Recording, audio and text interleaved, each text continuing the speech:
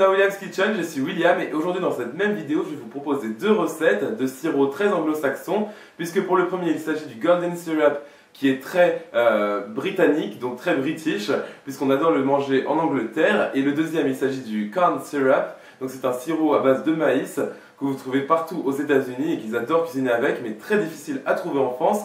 Donc dans cette vidéo je vous montre comment faire ces deux sirops vous-même qui coûtent vraiment super cher en France mais qui sont presque introuvables, j'ai vraiment du mal à en trouver. Et ça est très utile pour les recettes par exemple de marshmallow fluff que j'ai fait dans ma chaîne YouTube, mais aussi vous pouvez faire des meringues avec, vous pouvez aussi faire des tartes avec comme la pecan pie où on utilise du corn syrup. Donc vous pouvez faire plein de recettes avec ces deux sirops, en tout cas vous allez voir ça va pas vous prendre tant de temps que ça et c'est vraiment facile à faire et pratique justement quand vous avez des recettes qui demandent du corn syrup ou du golden syrup. Alors pour notre golden syrup, nous aurons besoin pour commencer ici de 50 g de sucre que j'ai mis dans une casserole. J'ai ici 12 g d'eau normale du robinet. Ici j'ai en plus 250 g de sucre. Ici j'ai 150 g d'eau. Ici j'ai de l'extrait naturel de vanille en poudre et enfin j'ai la moitié d'une tranche de citron.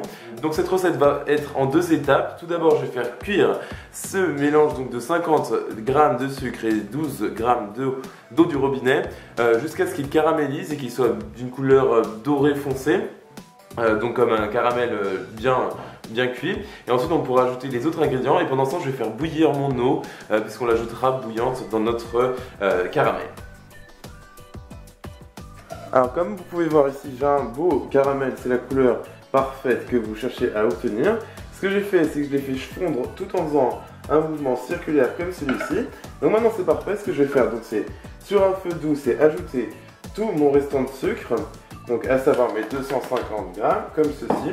Et j'ai ici mon eau bouillante que je fais chauffer au micro-ondes, mais vous pouvez faire aussi dans une bouilloire. Et donc je l'ajoute dans la préparation, comme ceci. Ne vous inquiétez pas, tout va bien. Et donc je vais laisser chauffer le tout sans mélanger. Je vais aussi ajouter mon citron dans mon caramel. Et ensuite, vous inquiétez pas, ça va chauffer tous ensemble.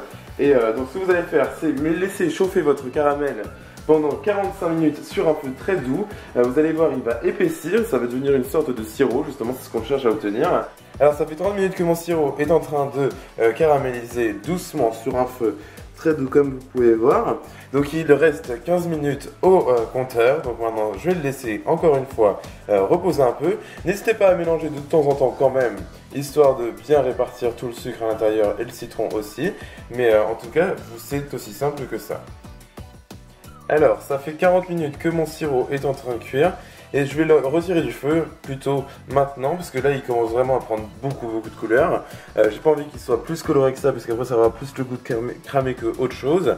Mais en tout cas c'est parfait, donc je l'ai laissé cuire 40 minutes. Donc j'ai éteint le feu. Maintenant ce que je vais faire c'est le laisser reposer environ 5 minutes à température ambiante comme ça dans la casserole. Je vais ajouter un petit peu de vanille pour donner un petit goût vanillé. Et ensuite on va pouvoir le mettre dans un bocal. Alors j'ai ici mon corn syrup et là je vais mettre mon golden syrup dans mon bocal puisque c'est exactement le même. Donc comme ceci, j'ai juste fait un peu refroidir. Vous pouvez voir que la couleur est parfaite, c'est exactement la couleur d'un golden syrup que vous trouvez dans le commerce. Comme ceci. J'ai bien sûr enlevé le morceau de citron, ne le jetez pas si vous avez des amateurs de citron confit dans votre famille puisque ça se mange. Alors pour notre corn syrup fait maison, nous aurons besoin de 400 g de sucre blanc que j'ai ici dans une grande casserole. Ici j'ai 170 g d'eau du robinet normal. Ici on va mettre une grosse pincée de sel et de l'extrait naturel de vanille en poudre. Vous pouvez utiliser liquide si vous voulez, mais ça viendra à la fin de la recette. Ce que je vais commencer par faire, c'est mettre une pincée de sel assez généreuse dans mon sucre. Ça compense toujours bien le côté très sucré puisque de toute façon c'est que du sucre comme ceci. Et maintenant je vais mettre mon eau et donc ce que je vais faire c'est cuire ces trois ingrédients jusqu'à ce que le mélange soit bien bouillonnant. Alors maintenant que mon mélange est en train de bouillir, je vais le recouvrir juste pour que pendant 3 minutes environ pour que le sucre sur les bords de ma casserole fonde grâce à la vapeur et ensuite on va pouvoir le faire chauffer jusqu'à 115 degrés Celsius. Maintenant que mon sucre a bien fondu sur les bords de ma casserole, ce que je vais faire, c'est mettre un thermomètre à confiserie dans mon sirop. Et je vais remonter un petit peu la puissance de mon gaz puisque je l'avais baissé au moment de mettre mon couvercle. Et je vais attendre que mon sirop monte à la température de 115 degrés Celsius. Ou si jamais vous n'avez pas de thermomètre, de toute façon vous allez voir la tête de mon sirop au bout de 115 degrés Celsius. Et ce que vous pouvez faire aussi, c'est prendre une cuillère et mettre du sirop, un peu de sirop dans votre cuillère, le mettre dans de l'eau froide. Et si ça vous forme une boule qui est assez modulable et assez molle finalement, c'est que votre sirop est prêt justement. Si elle est trop dure, c'est que votre sirop a trop cuit. En tout cas, je vais faire chauffer mon sirop jusqu'à la température de 115 degrés Celsius. Alors, mon mélange a bien atteint la température de 115 degrés Celsius, donc c'est parfait.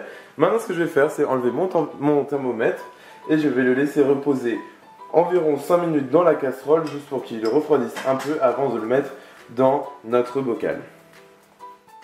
Alors j'ai ici des récipients donc en verre, donc des pots de confiture vides tout simplement. J'ai ici mon corn syrup fait maison, donc qui a commencé un peu à refroidir. Ce que j'ai fait, j'ai mis donc mon extrait naturel de vanille un petit peu pour donner un petit goût vanillé sympathique à notre corn syrup, mais c'est tout. Maintenant ce que je vais faire, c'est tout simplement le mettre dans mon récipient hermétique, très important qu'il soit bien hermétique. Et comme vous pouvez voir, ça nous fait pile un pot, donc c'est parfait. Alors comme vous avez pu voir, c'était finalement simple à faire. Le golden syrup prend beaucoup plus de temps que le corn syrup parce que vous devez le laisser cuire pendant 40 minutes comme vous avez pu le voir. Mais en tout cas c'était simple. Vous pouvez bien sûr doubler les quantités de cette recette, les tripler, les quadrupler pour en faire vraiment beaucoup si jamais vous en avez besoin d'une quantité assez importante pour vos recettes. Vous pouvez aussi diviser les quantités par deux. Vraiment n'hésitez pas à vous amuser avec les quantités, faites ce que vous voulez de toute façon. Ça reviendra au même, juste adapter la taille de votre casserole.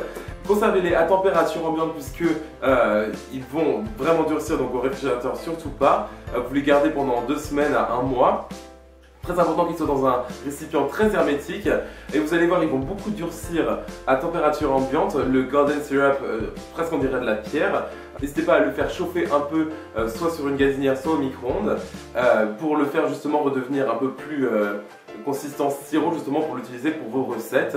Il est possible que votre corn syrup cristallise en température ambiante, c'est-à-dire que vous aurez des morceaux de sucre qui vont apparaître par-ci par-là, donc des cristaux tout simplement, dans votre corn syrup. N'hésitez pas à le faire chauffer au micro-ondes ou sur une gazinière justement pour essayer d'enlever ces cristaux. En tout cas, ce que je vous conseille, c'est d'utiliser votre corn syrup dès que vous l'avez préparé et d'éviter de le garder trop longtemps à température ambiante dans un récipient parce que de toute façon, il va cristalliser et après, ça deviendra de plus en plus difficile à récupérer la chose. Mais de toute façon, c'est normal, toutes les recettes de corn syrup faites vous-même vont cristalliser puisque dans le corn syrup industriel, ils utilisent un processus qui justement permet d'avoir aucun cristaux de sucre, même en le gardant des années à température ambiante. Mais là, pour le coup, on ne peut pas vraiment se battre contre l'industrie.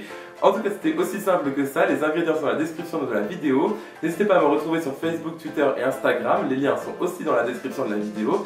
Et moi, je vous revois dans la prochaine. Salut!